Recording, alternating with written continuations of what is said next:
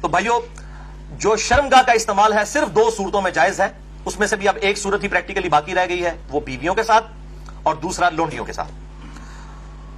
تو اس سے یہ چیز بھی اس کے اندر امپلائڈ ہے کہ اس کے علاوہ جتنی بھی چیزیں ہوں گی شرمگاہ کے استعمال کے پوائنٹ آف ویو سے وہ جائز نہیں ہوگی.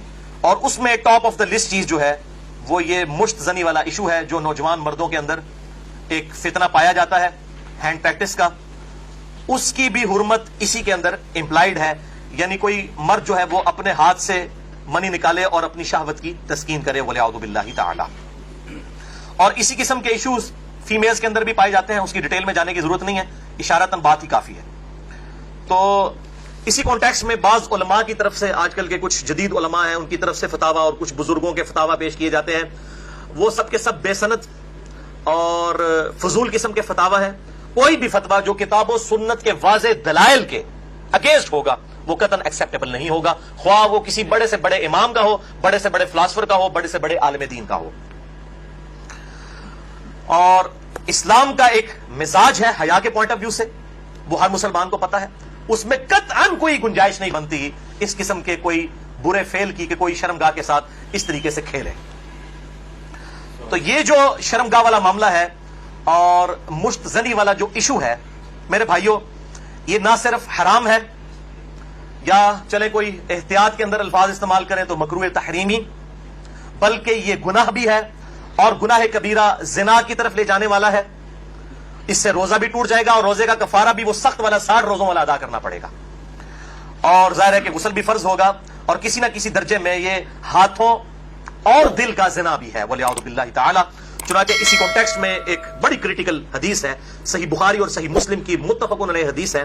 صحیح بخاری میں 6612، صحیح مسلم میں 6754 اور مشکات میں بھی 86 نمبر پہ یہ حدیث موجود ہے کہ آپ صلی اللہ علیہ وسلم نے فرمایا کہ آنکھ کا زنا دیکھنا ہے، کانوں کا زنا سننا ہے، بے حیائی کی باتیں سننا، زبان کا زنا بولنا ہے، فحش گفتگو کرنا، ہاتھوں کا زنا پکڑنا ہے، ٹانگوں کا زنا چل کر جانا ہے، اور نفس تمنا اور آرزو کرتا ہے اور شرمگاہ اس کی تصدیق کر دیتی ہے ولیعوذ باللہ تعالی.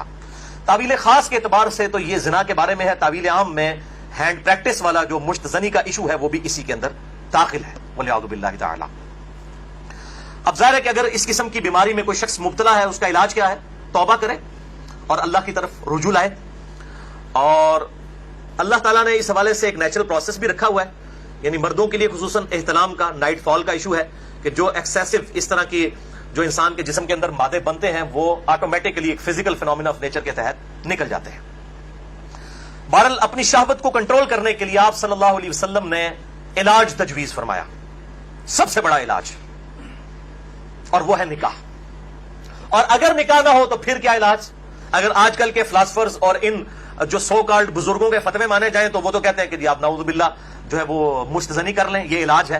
نبی صلی اللہ علیہ وسلم نے یہ علاج تجویز نہیں فرمایا. صحیح بخاری اور صحیح مسلم کی متفقن علیہ حدیث ہے، بخاری میں 5066 اور مسلم میں 3398 اور مشکات میں بھی موجود ہے 3080 نمبر.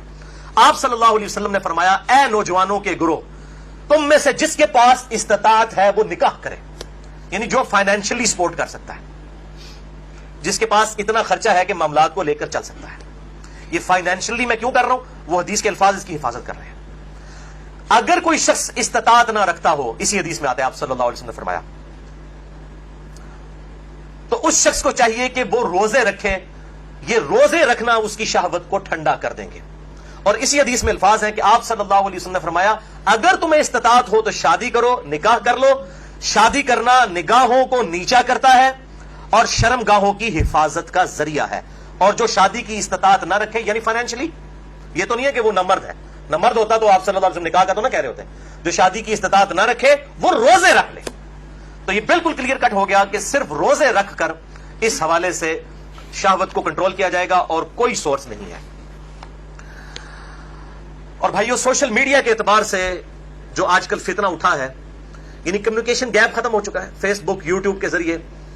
یعنی پہلے زمانوں کے اندر تو اگر کوئی لڑکی لڑکا آپس میں کسی اعتبار سے رابطہ بھی کرنا چاہتے تھے تو کوئی رابطے موجود نہیں ہوتے تھے. لیکن سوشل میڈیا اتنا بڑا فتنہ ہے کہ کوئی غیر محرم مرد و عورت آپس میں رابطہ کر سکتے ہیں. اور میں اس پہ کہتا ہوں یہ اتنا بڑا فتنہ ہے کہ اس فتنے سے صحابہ کرام علیہم رضوان کو بھی نہیں گزرنا پڑا. ان پر قتال کی شکل کا فتنہ آیا. یہ فتنہ پنجابی والا نہیں ہے, یہ عربی والا ہے, آزمائش. لیکن بے حیائی کا جو طوفان بدتمیزی ہے, بلکہ صحیح سونامی جو ہے, اس کا عشر اشیر بھی صحابہ کے دور میں نہیں تھا. کیا اس دور کے اندر صحابہ باہر نکلتے ہوں گے تو 20 فٹ بائی 50 فٹ کی موبائل کمپنیوں کے اشتہارات لگے ہوتے تھے بے پردہ عورتوں کے؟ اور یہ سوشل میڈیا اور ٹی وی, اس کے جہاں پہ پازیٹیو یوز ہے, یہ نیگیٹو یوز والا جو معاملہ اس زمانے میں تو نہیں تھا. تو اس اعتبار سے غض بصر بہت ضروری ہے, نگاہوں کی حفاظت کرنا. تو آپ صلی اللہ علیہ وسلم نے غض بصر کے لیے, نگاہوں کی حفاظت کے لیے, شہوت کو کنٹرول کرنے کے لیے نکاح تجویز فرمایا یا پھر روزے. اور میں ایک اور علاج تجویز کر دیتا ہوں اس حوالے سے, پھکی والا علاج, اجتہادن. کیونکہ مجھے اکثر لوگ پوچھتے ہیں, کہتے ہیں جی روزے تو رکھے نہیں جاتے, جی مشکل ہے, گرمی اتنی ہے, وہ اسی لیے تو بتائے گئے ہیں. تو میں ان کو پھر ایک علاج تجویز کرتا ہوں, اینٹی وینم. کوبرا سانپ کاٹ دے تو اس کے وینم کا علاج اینٹی وینم سے ہوتا ہے, جو کوبرے کے زہر سے تیار ہوتا ہے. پھکی والا الزامی فلسفیکل آنسر. میں کہتا ہوں میرے بھائی مجھے کئی بار فون کرتے ہیں تو پھر میں ان کے ساتھ سیدھا ہو جاتا ہوں. پہلے تو ایک دم ان کے ہوش اڑ جاتے ہیں کہ یہ کیا کہہ رہا ہے, کہ جی بڑی کوشش کی ہے لیکن یہ بری عادت چھوٹتی نہیں ہے. میں کہتا ہوں جی بہت آسان طریقہ ہے میرے بھائی, روزانہ آپ نے 1 منٹ کے لیے صرف موم بتی کے اوپر نا, اس کے شعلے کے اوپر آپ نے ہاتھ ایسے رکھنا ہے 1 منٹ کے لیے. تو میں نے کہا انشاءاللہ آپ کی عادت چھوٹ جائے گی. کہتے ہیں جی 1 منٹ کون رکھ سکتا ہے؟ تو میں نے کہا میرے بھائی 1 منٹ آپ اس کی پریکٹس نہیں کر رہے تو آپ نے تو انشاءاللہ تعالیٰ اس گناہ کی وجہ سے جلنا ہے جا کے دوزخ میں. تو آج سے پریکٹس شروع کریں. اور بخاری و مسلم کی حدیث ہے کہ جو آخرت کی آگ ہے وہ دنیا کی آگ سے 70 گنا زیادہ تیز ہے, اس میں تو تلا جائے گا. یہاں تو ہم صرف آپ کو مشورہ دے رہے ہیں کہ آپ موم بتی کے فلیم کے اوپر صرف ہاتھ رکھ کے 1 منٹ کی پریکٹس تو شروع کریں نا. تو کہتے ہیں نا جناب آگے دیکھی جائے گی جا کے, تو اللہم اجرنا من النار, تو یہ پریکٹس کرنی شروع کریں تو انشاءاللہ تعالیٰ خود بخود صبر نصیب ہو جائے گا. اسی حوالے سے غض بصر جو ہے, نگاہوں کو نیچا کرنا اور پردے کے حوالے سے میری ایکسکلوسیو گفتگو ہے. یہ جو ویلنٹائن ڈے کا بھی فتنہ اٹھا ہوا ہے, اس پوائنٹ آف ویو سے مسئلہ نمبر ہے 106.